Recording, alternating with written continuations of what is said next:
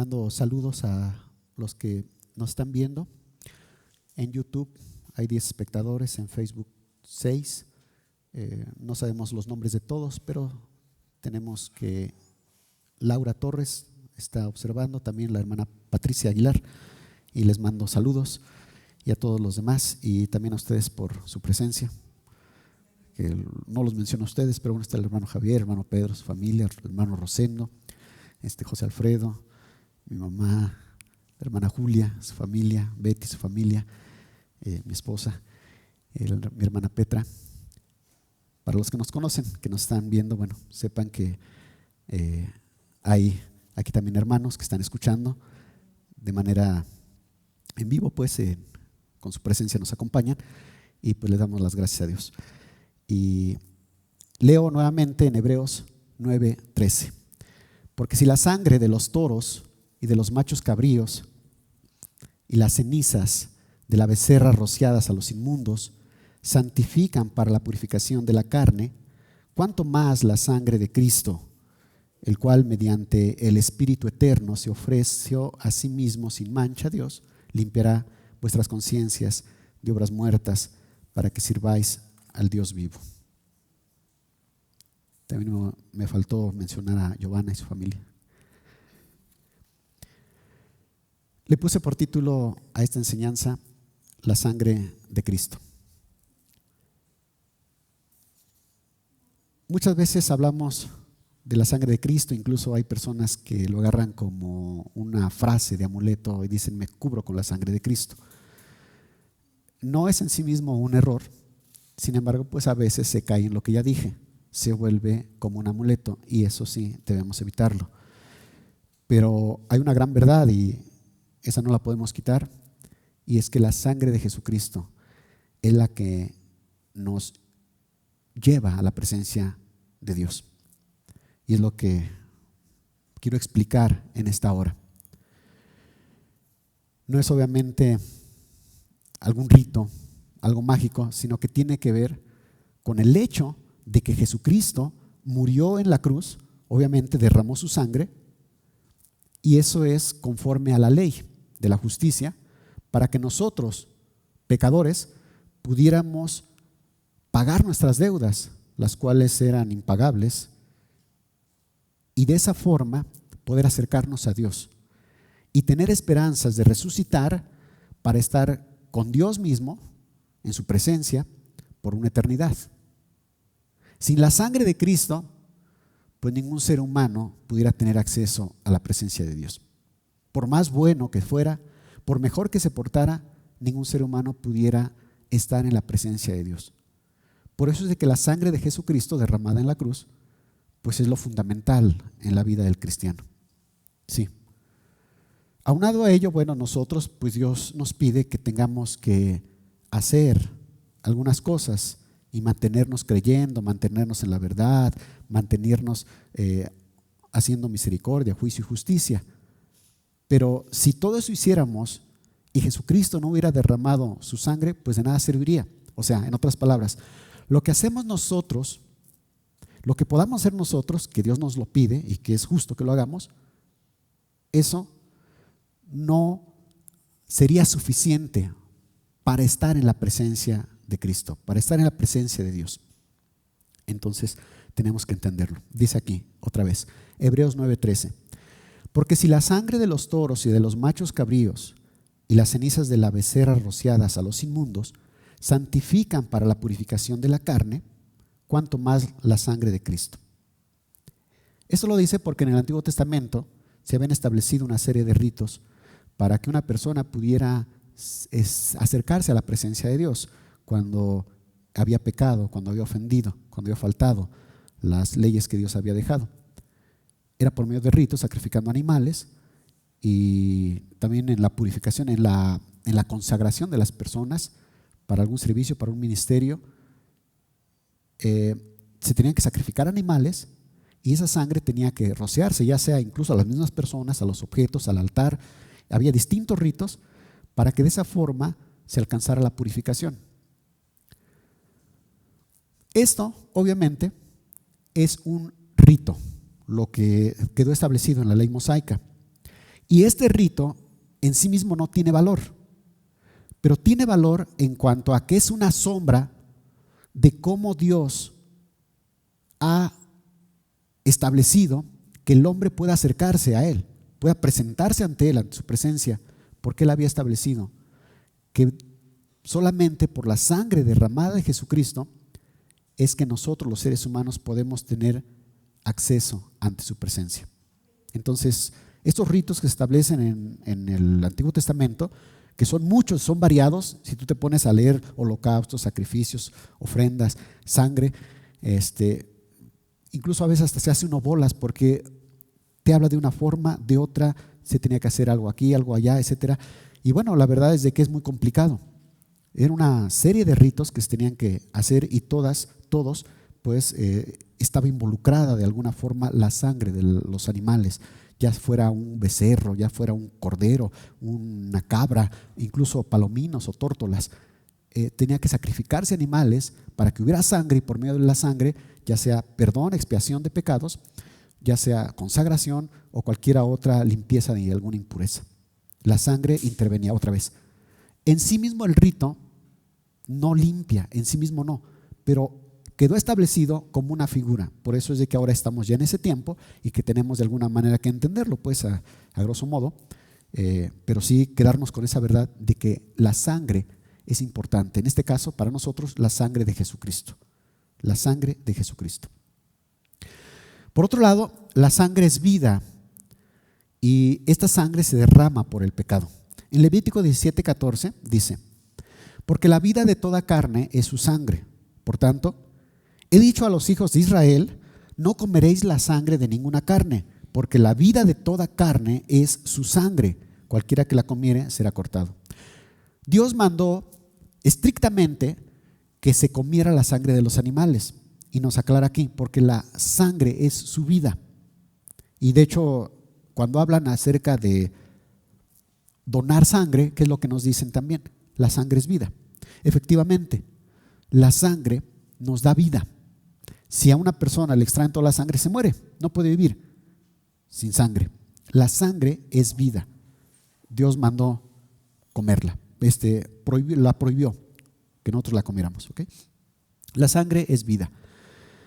Y como es vida y como el pecado es muerte, entonces para quitar las consecuencias del pecado, pues entonces tiene que haber sangre. O sea, es una forma de entender el propósito de Dios. En Romanos 6:23 dice: porque la paga del pecado es muerte, mas la dádiva de Dios es vida eterna en Cristo Jesús, Señor nuestro. ¿Cómo es vida eterna en nosotros? En Cristo. Bueno, pues que Él, Cristo, derramó su sangre en la cruz. La paga del pecado es muerte. Todo aquel que peca, pues está condenado a la muerte. ¿Cómo hacer que viva? Pues por medio de la sangre, porque la sangre es vida. Si lo entendemos. Esa es la verdad. En Hebreos 9:22 dice: y casi todo es purificado según la ley con sangre, y sin derramamiento de sangre no hay remisión.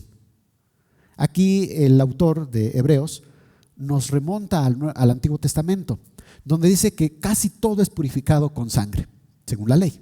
Otra vez, no que en sí mismo la sangre purifique, ¿verdad? Porque si no, alguien en lugar de alcohol o en lugar de cloro, pues mataría una gallina y rociaría con sangre su casa, me explico. Y eso obviamente no es. Entonces, literalmente no es, pero otra vez, ¿por qué lo dice así la Escritura y por qué en la ley sí se practicaba así para purificar?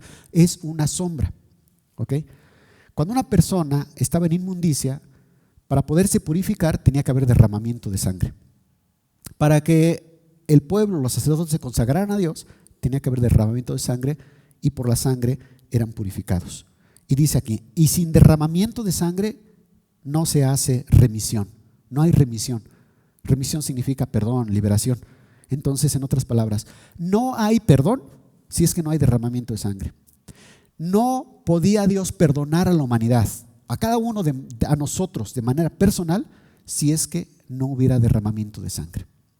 O de otra manera dicho, si una persona peca, lo justo es que lo maten, que derramen su sangre, para que derramando su sangre, ahora sí, quede todo pagado y saldado. Ya me explico. Entonces, para que una persona al cometer pecado se haga justicia por su pecado, necesita morir. Pero, obviamente, si Dios quiere salvar, pues entonces, ¿cómo? Pues si la paga del pecado es muerte, y si la persona ya pecó, pues tiene que morir para pagar su deuda. Entonces Dios tuvo que, él mismo hacerse hombre, bajar a esta tierra, ir a la cruz, derramar su sangre, él siendo justo obviamente, para que esa sangre pague por nuestros hechos. Sin derramamiento de sangre no hay remisión. No importa cuánto el hombre se arrepienta, no importa cuánto el hombre llore, no importa cuánto el hombre se dé de golpes y diga, sí, ya no lo vuelvo a hacer. ¿Sí? Si no hay derramamiento de sangre, no hay remisión. Ya se entiende. Por eso la sangre de Jesucristo nos limpia y es muy importante que nosotros lo tengamos en cuenta. No se salva el hombre por sus obras.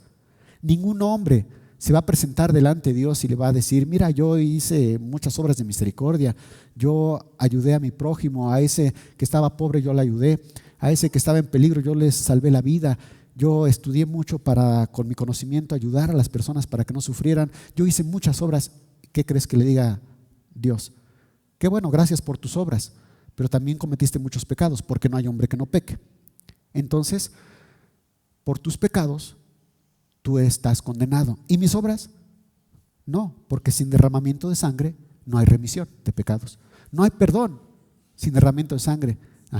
Si tú no creíste en Jesús, si tú no amaste a Jesús, al que derramó su sangre, entonces no te mereces el perdón. No hay perdón si no crees en el derramamiento de sangre de Jesús y si no vives por Él. ¿Okay? Por eso Jesucristo también dice que el que no comiera su carne y no bebiere su sangre no tenía vida. Jesucristo es el centro de la vida cristiana. La sangre redentora en la historia, fíjense, vamos a ver cómo desde el principio pues viene esto hasta desembocar con Cristo, de que Él por su sangre íbamos a ser salvos. En el huerto del Edén, Génesis 3:21 dice, y Jehová Dios hizo al hombre y a su mujer túnicas de pieles y los vistió. Recordamos que Dios hizo al hombre y a su mujer y estaban felices en el huerto. Sin embargo, andaban desnudos. No tenían ni frío, ni calor, ni se avergonzaban. Sin embargo, después del pecado, ellos se avergonzaron y tuvieron que cubrirse con hojas de higuera, sus partes viles, tuvieron que esconderse de la presencia de Dios y ellos entonces se vieron desnudos. Dios los desechó del huerto, pero obviamente al desecharlos del huerto, pues entonces las cosas iban a cambiar. La tierra entró en degradación y empezaron a los climas también a deteriorarse y por lo tanto ellos, aparte de avergonzarse de sus cuerpos desnudos, empezaron a tener frío o calor. Entonces tenían necesidad de cubrir sus cuerpos, porque por naturaleza los hombres no tenemos un pelaje que nos cubra. Entonces, pues solamente el sol, el frío, pues nos agrede. Entonces Dios mató animales. Por el pecado del hombre tuvo que haber muerte. ¿Para qué? Para que de esos animales les hiciera túnicas, dice aquí. Y Jehová Dios hizo al hombre y a su mujer túnicas de pieles y los vistió. ¿Ok? Algunos opinan que no solamente hubo muerte de los animales para sacarles la piel y hacerles túnicas, sino que realmente hubo muerte de animales para que en un rito pues ellos alcanzaran perdón, o sea, fueran perdonados por su pecado que habían cometido. Independientemente de eso, tuvo que haber muerte, tuvo que haber derramamiento de sangre por el pecado. El pecado necesariamente trae derramamiento de sangre, trae muerte. ¿Ok? Y la sangre es, por ese derramamiento de sangre, es de que el hombre puede alcanzar redención o vida. Entonces, desde el principio nos queda aquí implícito, nos queda ilustrado eso. El pecado trae muerte, la sangre trae vida. En la Pascua, Éxodo 12:3 dice, hablad a toda la congregación de Israel diciendo, en los 10 de este mes tómese cada uno un cordero según las familias de los padres, un cordero por familia, y dice que lo tenían que guardar y tenían que inmolarlo entre las 2 tardes. En el versículo 13 dice: y la sangre os será por señal en las casas donde vosotros estéis. Y veré la sangre y pasaré de vosotros, y no habrá en vosotros plaga de mortandad cuando hiera la tierra de Egipto. Tenían ellos que matar un cordero, y con la sangre tenían que untar en el dintel y en los postes de las puertas. Y entonces, cuando pasara el ángel de Jehová matando a todos los primogénitos y viera la sangre en las puertas de los hebreos, no iba a haber allí mortandad. La sangre, nuevamente, aquí nos queda representada de que la sangre los iba a librar de la plaga, de la muerte. La sangre del cordero, otra vez. No porque en sí mismo la sangre tenga ese poder de guardar a una persona de la plaga, la sangre de un animalito, no, sino que eso es figura. ¿Okay? Eso es una figura, y Dios entonces mandó al ángel destructor que cuando viera la sangre en los postes, en el dintel de las puertas, que no entrara allí y que no hubiera muerte ni desgracia en esas casas. La sangre del cordero daba vida, como también la sangre de Jesucristo ahora nos libra de la destrucción eterna. También en los pecados comunes de los israelitas, Levítico 5:5, cuando pecare en alguna de estas cosas, confesará aquello en que pecó. Y para su expiación, su perdón, traerá Jehová por su pecado que cometió una hembra de los rebaños, una cordera o una cabra como ofrenda de expiación. Y el sacerdote le hará expiación por su pecado. Y si no tuviera lo suficiente para con un cordero, traerá Jehová en expiación por su pecado que cometió 2 tórtolas o 2 palominos, el uno para expiación y el otro para holocausto. Cuando una persona pecare, obviamente después de que confesare su pecado, entonces ya tendría que presentarse ante el sacerdote, y el sacerdote hacía este rito donde sacrificaban al animal, ya fuera pudiera ser un becerro, un cordero, una cabra, como aquí dice también tórtolas, palominos, y tenía que matar el animal, derramar su sangre, y esa sangre culminaba con el rito de purificación, y era perdonado, era liberada la persona después de que confesara su pecado. Entonces todo esto es figura de lo que ahora nosotros estamos viviendo. 4. En la consagración de los sacerdotes también, Éxodo 29:1 dice: esto es lo que harás para consagrarlos, para que sean mis sacerdotes. Toma un becerro de la vacada y 2 carneros sin defecto. Y en el versículo 10: después llevarás el becerro delante del tabernáculo de reunión, y Aarón y sus hijos pondrán sus manos sobre la cabeza del becerro, y tomarás el becerro delante de Jehová a la puerta del tabernáculo de reunión, y de la sangre del becerro tomarás y pondrás sobre los carneros del altar con tu dedo, y derramarás toda la demás sangre al pie del altar. Aún para consagrarse los sacerdotes tenía que haber derramamiento de sangre, tenía que haber víctimas. Aquí dice: toma un becerro de la vacada y 2 carneros sin defecto. Y después de un ritual les ponían la cabeza los sacerdotes futuros al animal, lo sacrificaban y rociaban la sangre.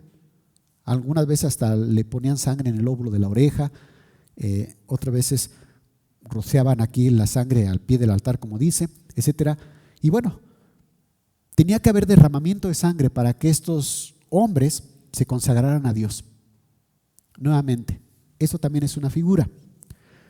Con la sangre de Cristo, no solamente una persona es perdonada, sino que aparte de alcanzar y recibir perdón, es apto también para algún ministerio, para servir a Dios. Entendemos entonces que si es que esta persona no cree en el sacrificio de Jesús y no lo tiene en alta estima, no importa lo que haga, realmente no puede servir a Dios.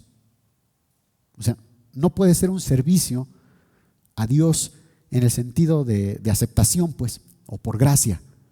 Sí, ok, Dios puede valerse para ciertos servicios particulares de cualquier persona del impío, pero un servicio en gracia, no puede haber si no hay derramamiento de sangre, como aquí lo vemos. El ministerio, o sea, ya como ministerio, un servicio como ministerio, pues. El ministerio de los sacerdotes lo obtenían o lo obtuvieron pues con base en el derramamiento de sangre del becerro y de los 2 carneros. También lo vemos para el nazareato, número 6:13. Esta es pues la ley del nazareo. El día que se cumpliere el tiempo de su nazareato, vendrá a la puerta del tabernáculo de reunión y ofrecerá su ofrenda a Jehová, un cordero de 1 año sin tacha en holocausto y una cordera de 1 año sin defecto en expiación, otra vez liberación, perdón, y un carnero sin defecto por ofrenda de paz. Observen, había distintos tipos de ofrenda, de sacrificios, por holocausto, por expiación, por ofrenda de paz, y en las 3 se ofrecía un animal.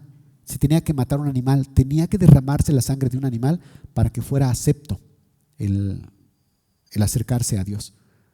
Nuevamente la sangre, aquí vemos que es el común de estos ritos que se hacían para purificarse delante de Dios.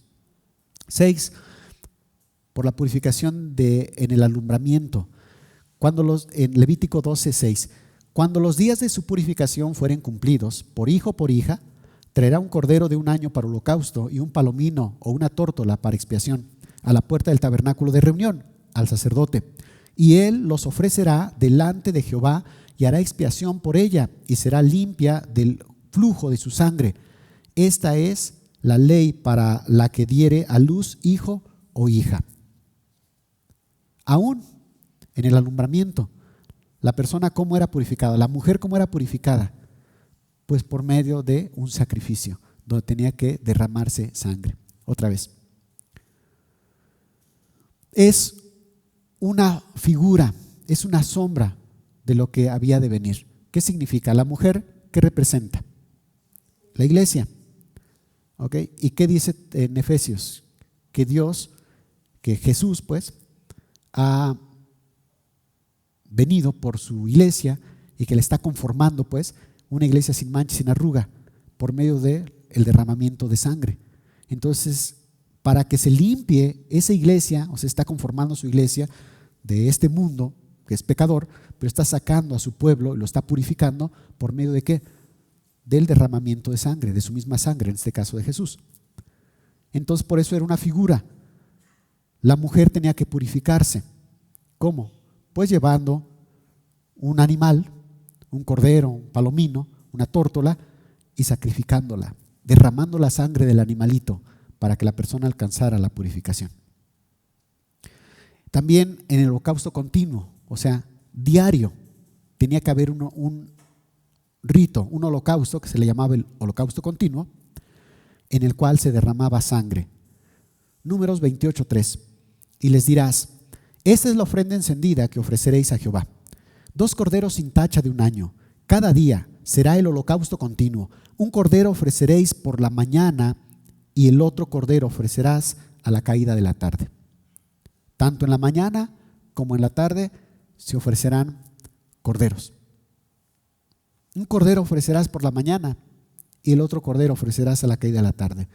O sea que en el pueblo de Israel no tenía que haber un día que no se derramara sangre. ¿Para qué? Para que Dios percibiera olor grato y para que el pueblo estuviera en la presencia de Dios. Esto nos dice entonces que la sangre, pues era primordial en la relación que había entre Dios y su pueblo. Y esto otra vez, nosotros ya no tenemos que hacerlo literalmente. No tenemos que agarrar un animal y matarlo, sino que ¿qué? Solamente tenemos que vivir el día a día con la sangre de Cristo. ¿Qué significa? Creyendo en Él, amándole a Él, reconociéndole su obra que hizo de todo corazón. Ese es el sacrificio continuo. Jesús, el Cordero de Dios. Juan Bautista, él mismo declaró a sus discípulos: he aquí el Cordero de Dios que quita el pecado del mundo. En Colosenses 1:14 dice: en quien tenemos redención por su sangre, el perdón de pecados. Claramente ahí el apóstol Pablo está diciendo que nosotros tenemos liberación, perdón, por su sangre. ¿Ok? Por su sangre, sí. Bueno es que un hombre se arrepienta. De hecho, lo debe hacer. Se tiene que arrepentir de su pecado, tiene que aborrecer su vida, tiene que hacer actos de justicia, tiene que restituir el agraviado. Todo eso es necesario. Pero eso no valdría nada y no serviría de nada si es que no se hubiera derramado la sangre de Jesucristo. De nada serviría. Tus mejores obras no servirían de nada. Delante de Dios serían despreciables. Las mejores obras que hiciéramos, los mejores votos, las mejores promesas, las mejores acciones que hiciéramos, no servirían de nada si es que Jesucristo no hubiera derramado su sangre. Él es el que le da valor. ¿Ok? Él es el que le da valor. Jesucristo, a todo lo que hagamos nosotros. De otra manera dicho, cuando tú tomas un billete, piensa en un billete de 200, de 500 pesos. ¿Cuánto vale realmente el billete? Bueno, tiene un precio nominal, un valor nominal. Y si es un billete de 500, dices, vale 500 pesos. ¿Cuánto realmente vale? Bueno, ¿cuál sería su costo de producción? No sé, por ponerle algo, le ponemos 50 pesos, por ejemplo. Ajá. Ya por caro. Valdría 50 pesos su valor real, pero sin embargo vale 500. ¿Por qué? Porque tiene allí el sello, tiene las firmas de las personas autorizadas y el sello del Banco de México, el cual le da ese valor. Ese papel, que puede ser un papel cualquiera, tiene un valor. ¿Por qué? Porque tiene el sello del Banco de México y las firmas de las personas autorizadas. ¿Sí me explico? Por eso tiene valor. Ajá. Si no, no serviría. Si tú agarras un papel similar y le pones lo mismo, es más, le sacas una fotocopiadora, una fotocopia y lo recortas bien así hasta con los colores y eso, ¿vale lo mismo? No, no vale. ¿Por qué? Porque no es el que es expedido por el Banco de México. Bueno, pues así también. Las obras de los seres humanos que pueda hacer no valen si es que no son por la sangre de Cristo. No sirven de nada. Lo que le da valor no es en sí la obra que tú hagas. Lo que le da valor es de que tú has creído en la sangre de Cristo, si es que has creído en la sangre de Cristo. Y si no, entonces no vale, no sirve ni tu vida ni tus obras. ¿Sí me entienden? Por eso otra vez, lo he dicho otras veces, un cristiano no es lo mismo que un impío. Aunque el impío sea mucho más atento y mucho más elocuente, mucho más dedicado y trabajador, no es lo mismo. Ese hombre no vale lo mismo que un cristiano. Un cristiano, si es cristiano, ha creído en la sangre de Cristo. Y esas obras que a lo mejor no son tan vistosas como las que hace un impío, pero esas sí valen, las otras no valen. ¿Sí me entienden? Es que es lo mismo como los billetes. Así es delante de Dios. Lo que nos da valor es la sangre de Cristo. Sí, así tú puedes decir que tu vida vale, que tus obras valen, que lo que haces tú, las buenas obras, las buenas acciones que hagas, valen. ¿Por qué? No por lo mismo, no por sí mismo la obra. Es por la sangre de Cristo, no por la obra en sí mismo. La obra en sí misma no vale delante de Dios. El precio de nuestra redención, observen, en primera carta de Pedro, capítulo 1, versículo 18. Sabiendo que fuisteis rescatados de vuestra vana manera de vivir, la cual recibisteis de vuestros padres, no con cosas corruptibles como oro o plata, sino con la sangre preciosa de Cristo, como de un cordero sin mancha y sin contaminación. Nosotros fuimos rescatados. ¿De qué? De la vana manera de vivir, la cual recibimos de los padres. Lo natural que es, pues que el niño agarre hábitos, costumbres, lo que aprende en casa. Bueno, actualmente pues ya también tiene la influencia de la escuela, del internet, de todo, ¿ok? Ya es una combinación de todo. Se va haciendo malo el niño. Llega a ser un joven y pues ya va corrompido. Bueno, pues la sangre de Cristo lo puede sacar de esa corrupción. Cuando este hombre decide entregar su vida a Dios, piensa lo importante es, Cuando este hombre, esta persona, esta mujer decide entregar su vida a Dios por la sangre de Cristo, creyendo en Jesucristo, su vida cambia, su mentalidad cambia, su manera de pensar cambia. Obviamente también va a cambiar sus acciones, por ende, pero de entrada es el interior. Cuando esta persona reconoce el sacrificio de Jesús, la sangre de Cristo, y entonces sale de esa manera vana de vivir, esa vida que no sirve delante de Dios, que no vale. Ahora pasa a ser un hijo de Dios y ahora sí su vida sí cuenta. Ahora sí su vida sí vale delante de Dios. Y dice, sino con la sangre preciosa de Cristo fuimos comprados. Porque aquí, por cierto, dice, fuimos rescatados. No con cosas corruptibles como oro o plata, sino con la sangre preciosa de Cristo. Como de un cordero sin mancha y sin contaminación, ya destinado desde antes de la fundación del mundo, pero manifestado en los postreros tiempos por amor de vosotros, o sea, de ustedes, dice. Entonces Dios ya había determinado desde el principio, desde antes de la fundación, Él ya había determinado que Él iba a hacerse hombre para salvar a la humanidad. Entonces Dios ya sabía que el hombre iba a pecar, sí. Y entonces, ¿por qué lo puso? Dios tiene planes, Dios tiene propósitos. Él sabía lo que iba a pasar. No que lo haya obligado a que fuera así, sino que simplemente Él sabía.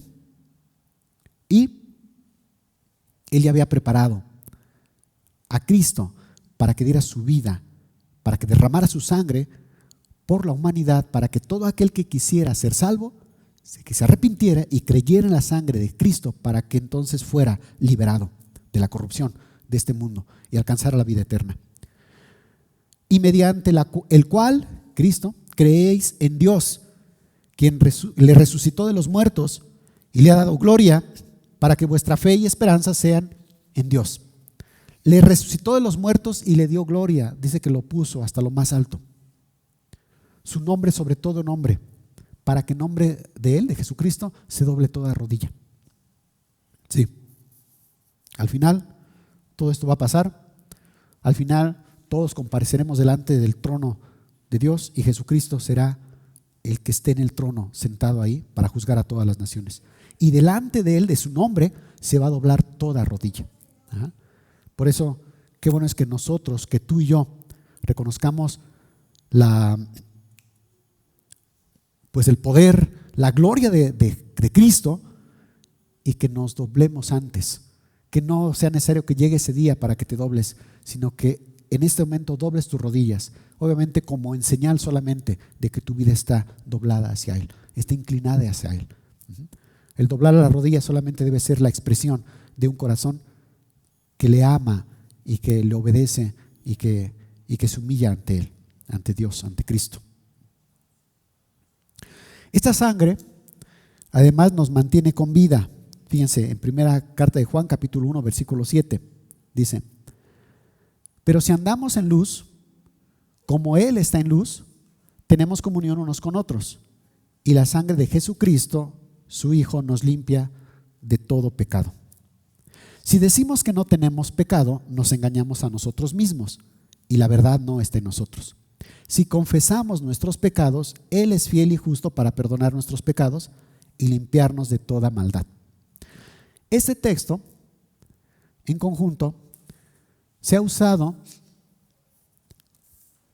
para justificar esa doctrina que dicen que el cristiano es pecador, que el cristiano siempre tiene pecado.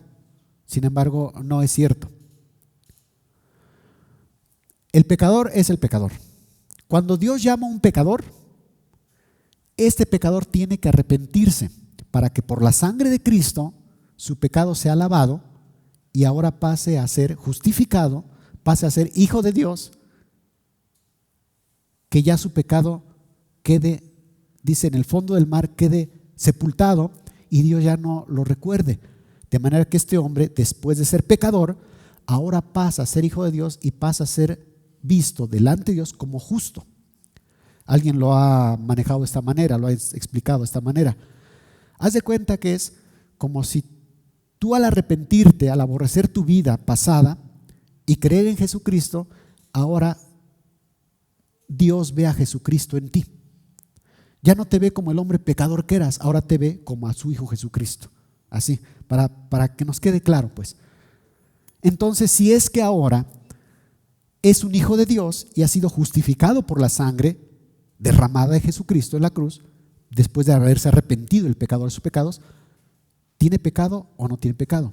Ya no tiene, porque su pecado fue quitado. La sangre de Cristo le borró el pecado, si se arrepintió, obviamente. ¿Entendemos? Pero entonces, si este hombre sigue viviendo aquí en esta tierra, pues tiene un cuerpo carnal. Y este cuerpo carnal tiene pasiones, tiene inclinaciones. ¿Por qué? Porque al pecado. Porque tenemos esta naturaleza de Adán, heredada de Adán, y esta naturaleza es una naturaleza corrompida. Dice la Escritura que tenemos un animal, un cuerpo animal, un cuerpo débil, un cuerpo de vergüenza. Entonces, obviamente nuestro cuerpo tiende hacia el pecado. Por lo tanto, el cristiano, con todo y que se arrepintió y que ama a Dios, que pudo ver a Cristo muriendo por él en la cruz, fue justificado, fue perdonado, fue lavado de su pecado, con todo por ser un ser humano, tiene toda la capacidad para pecar. Entonces no está exento de pecado. El cristiano, con todo y ser hijo de Dios, no está exento de pecado, por lo tanto, puede volver a pecar. Y entonces ya en este contexto es lo que nos dice aquí. Pero si andamos en luz, como Él está en luz, tenemos comunión unos con otros. Observen cómo empieza.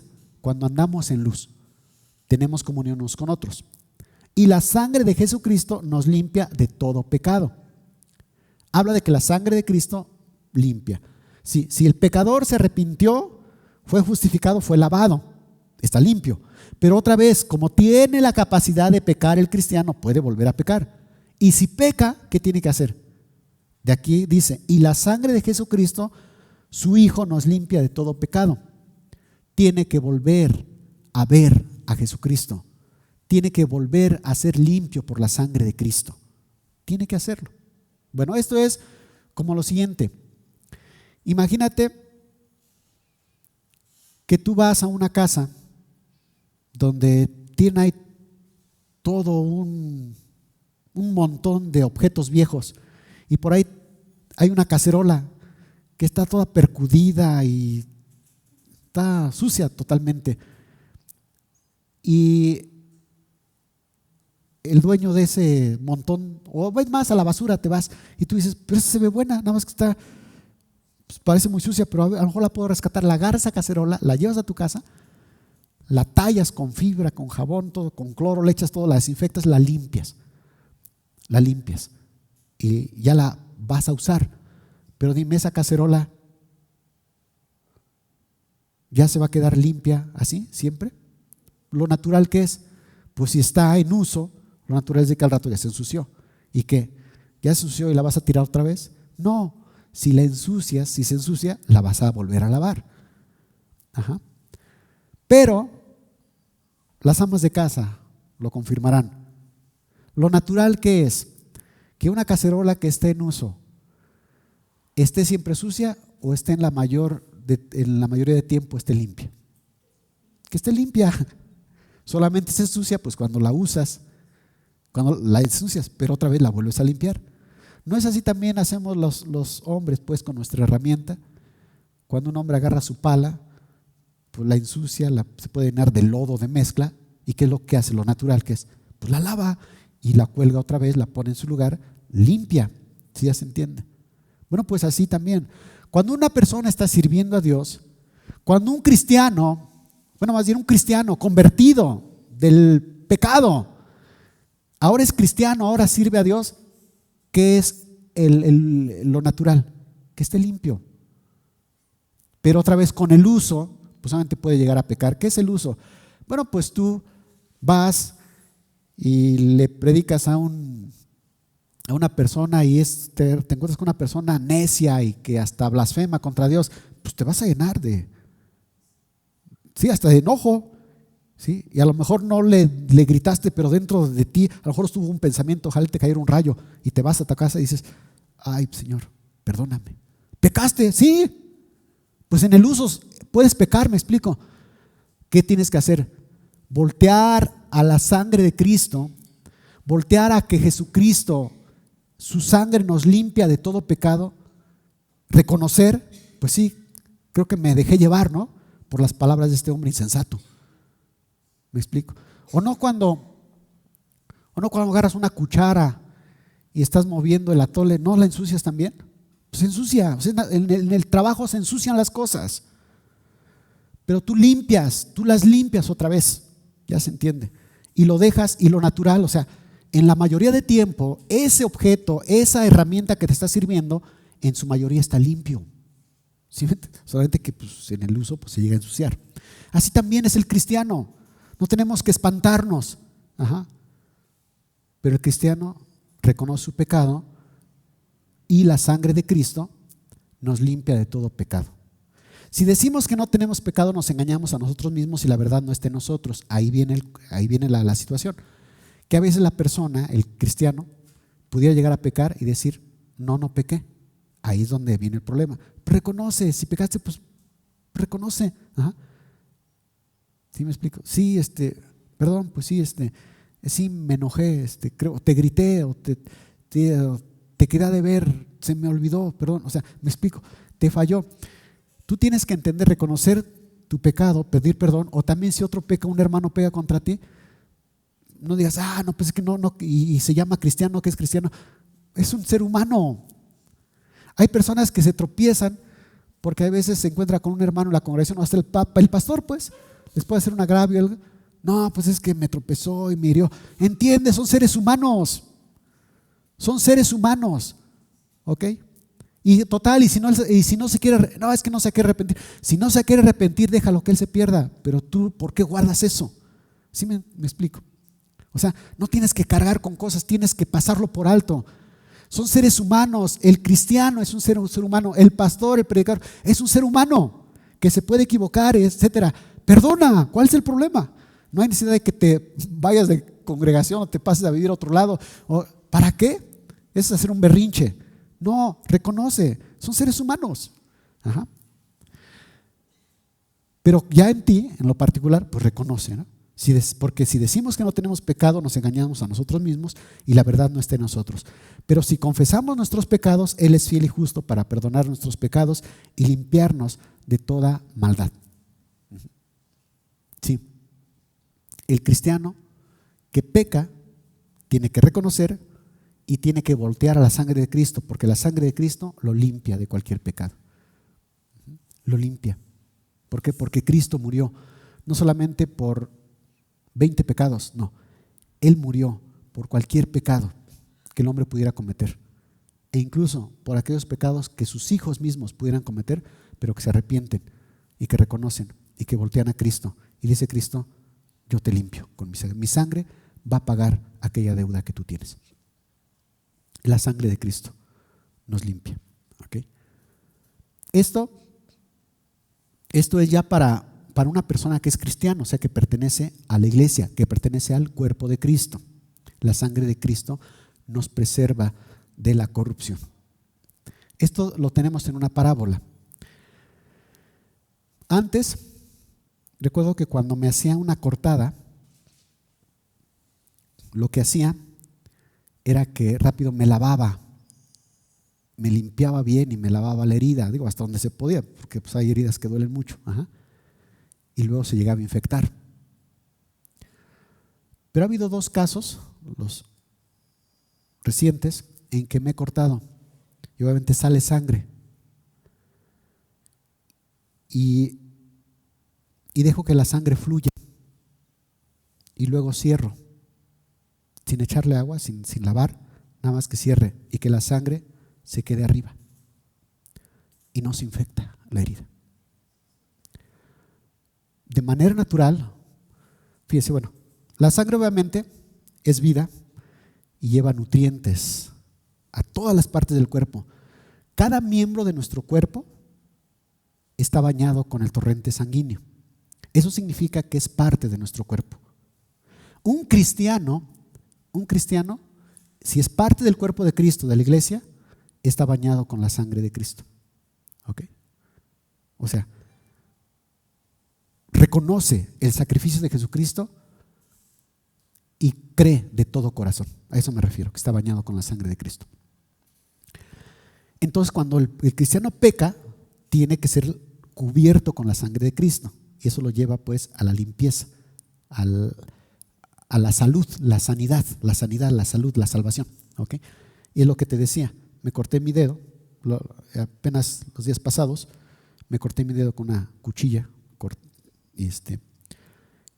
y me brotó rápido la sangre. Entonces dejé que se saliera y luego me lo oprimí. Y así lo mantuve oprimido de manera que se secara la sangre. ¿Sí?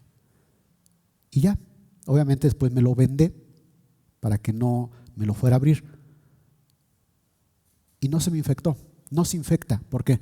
Porque la sangre, cuando fluye, es un torrente que fluye y no deja meter cosas.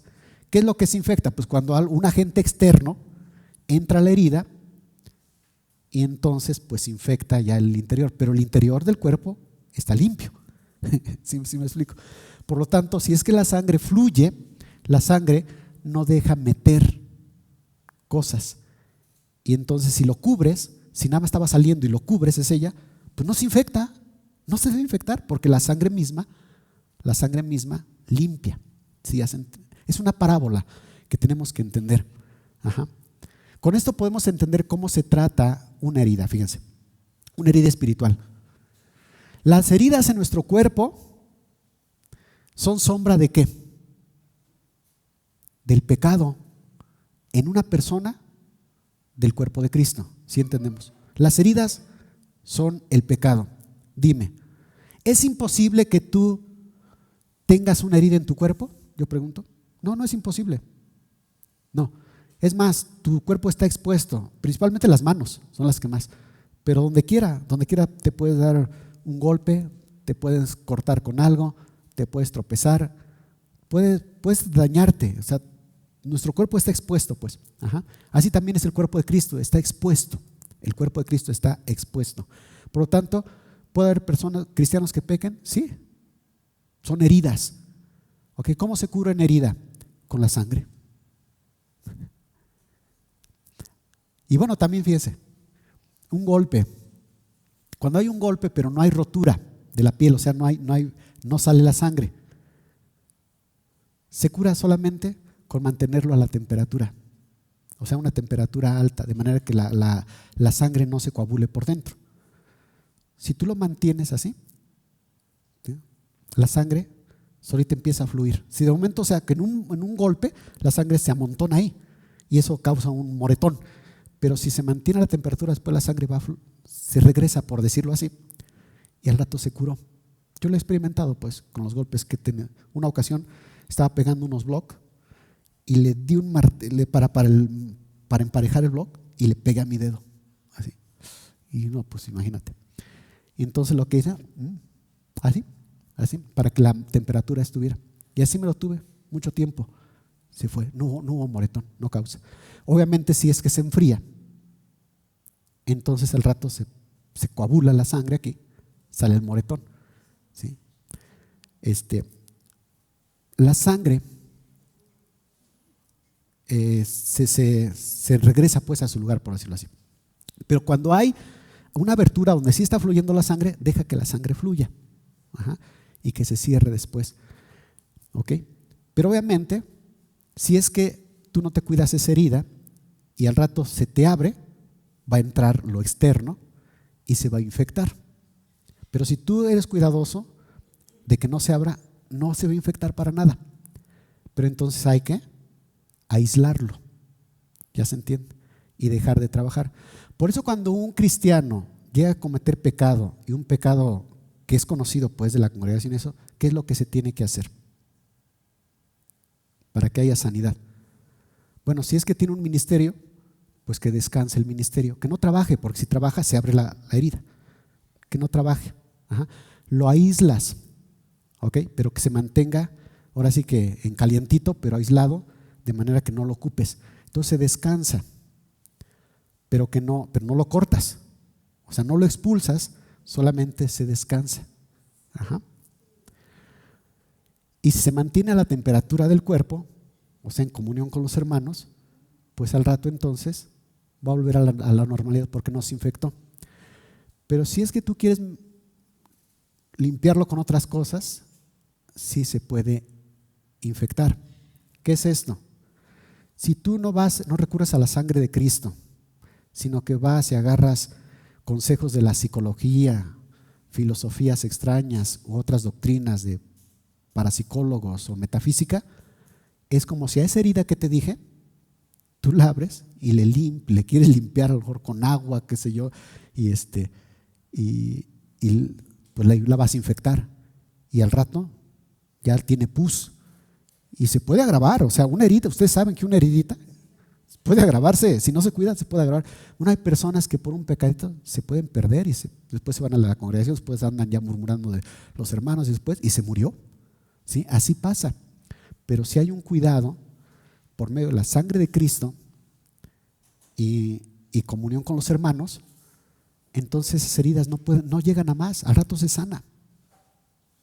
La sangre de Cristo nos limpia, por eso dice, pero si andamos en luz, como Él está en luz, tenemos comunión unos con otros. Ya es lo que les dije, la comunión, guardar la temperatura. Y la sangre de Jesucristo, su Hijo, nos limpia de todo pecado. ¿Ok? Pero sí, también si es que pecó, si es que, pues entonces, pues que se descanse tantito, porque si tú lo pones a trabajar, esa herida se va a abrir. Esa herida se va a abrir y se va a infectar. ¿Ok? Entonces debemos tener cuidado. Pero si andamos en luz, como Él está en luz, tenemos comunión unos con otros. Y la sangre de Jesucristo, su Hijo, nos limpia de todo pecado. Si decimos que no tenemos pecado, nos engañamos a nosotros mismos y la verdad no está en nosotros. Reconoce tus pecados. ¿Fallaste? ¿Hiciste? Reconócelo. Ajá. Si confesamos nuestros pecados, Él es fiel y justo para perdonar nuestros pecados y limpiarnos de toda maldad. ¿Cómo? Con la sangre de Cristo. El cristiano cuando peca, inmediatamente tiene que reconocer, tiene que voltear a que Cristo murió en la cruz por su mismo pecado, por su pecado que cometió. La persona tiene que arrepentirse, tiene que reconocer, si es que ofendió a otra persona, pues tiene que irle a pedir perdón, tiene que arrepentirse y al rato va a sanar. ¿Ok? Porque la sangre de Cristo nos limpia. Y bueno, aquí terminamos.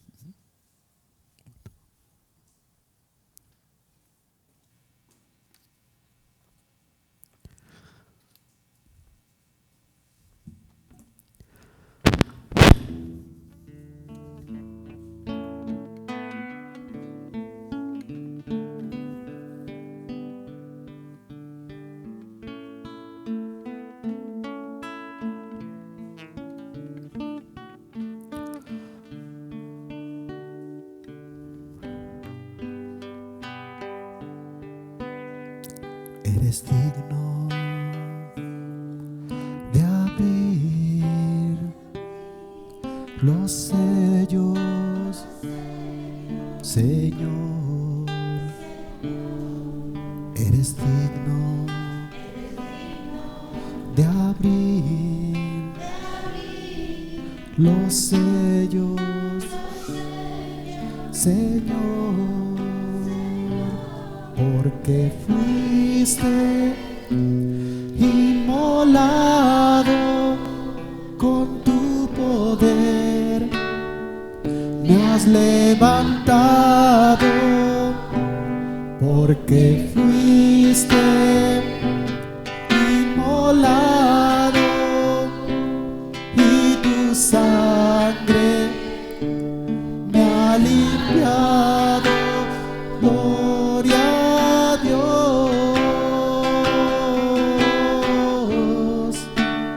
gloria a Dios, gloria a Dios, gloria a Dios. Eres digno de abrir los sellos, Señor, tú eres digno de abrir los sellos, Señor, porque fuiste inmolado con tu poder, me has levantado, porque fuiste inmolado y tu sangre me ha salvado. Gloria a Dios,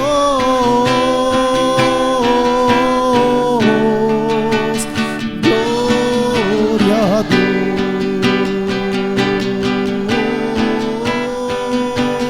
gloria a Dios,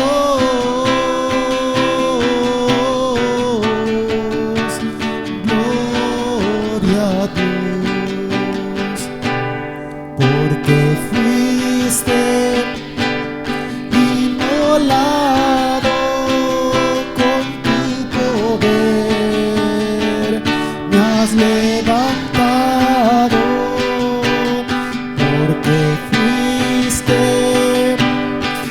inmolado y tu sangre me ha salvado.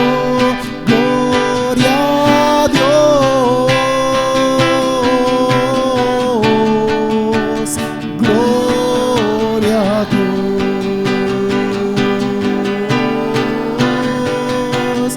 gloria a Dios,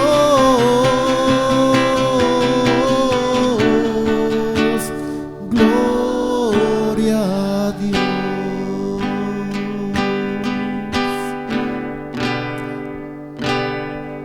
Gloria a tu nombre, Jesús.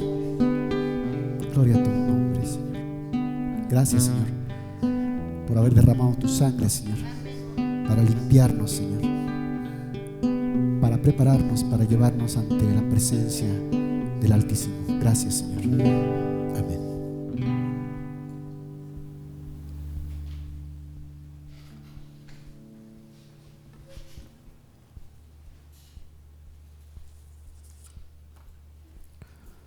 Y nuevamente saludamos a quienes nos están viendo a través de YouTube o de Facebook: Cristian Alcayaga, Laura Torres, la hermana Patricia Aguilar, María Alejandra Sámano y Cándida López. Les damos saludos, les enviamos saludos desde Apizaco. Y gracias a ustedes por venir. Dios les bendiga a todos. Terminamos.